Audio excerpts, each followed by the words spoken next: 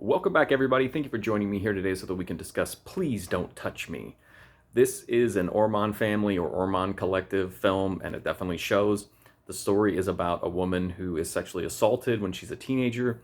As she grows up and as an adult, the PTSD comes and goes. When she gets married, everything starts off well. She's in love. She has a great relationship, but the anguish from the past returns to her when it comes to being affectionate with her husband.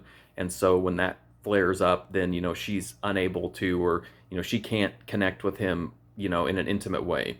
And he's a pretty understanding, but obviously it's putting stress on both of them. And so she's exploring ways to try to get past that. And also, it's from a time when like women weren't as free to to disclose that without big social stigma.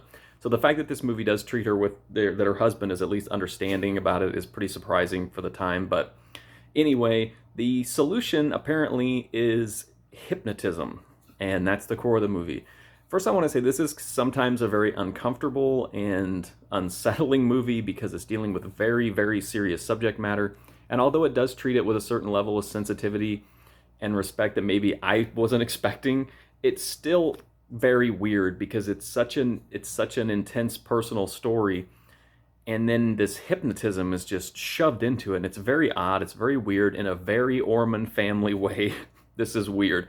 It's just a really odd vibe with this movie because it's dealing with such a serious, intense subject, but then it's got this B-movie wackiness to it as well. Wild dialogue, strange exchanges, odd visuals.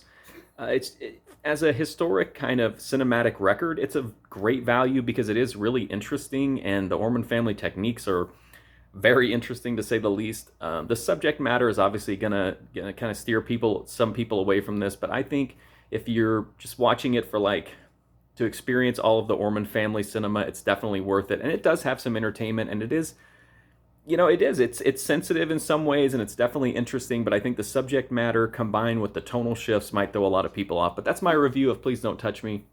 It's available as part of the From Hollywood to Heaven box set from Indicator series, which I did receive in exchange for these reviews, but it does not impact the way that I review the movies.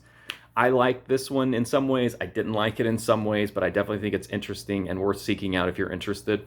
And the transfer here looks good. It is unfortunately only in SD, even though it is on Blu-ray, but it's the best possible looking version of the movie. Indicator went to great lengths to source the best materials, and I think it looks fine. The rest of the box set has a ton of other movies, shorts, behind the scenes, all that kind of stuff, a big book. So it's a really neat set. If you're interested, definitely check it out. Some really interesting outsider cinema. That's my review. Thank you so much for watching this. You can go to markfusion.com or go on here on YouTube to my movie review playlist if you want more. But thank you for watching this one. I do greatly appreciate it, and hopefully I'll see you soon.